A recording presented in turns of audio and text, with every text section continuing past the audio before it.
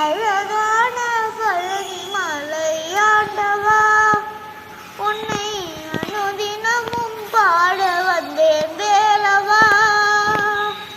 உன்னையன்றி வேறில்லை தெய்வம் கண்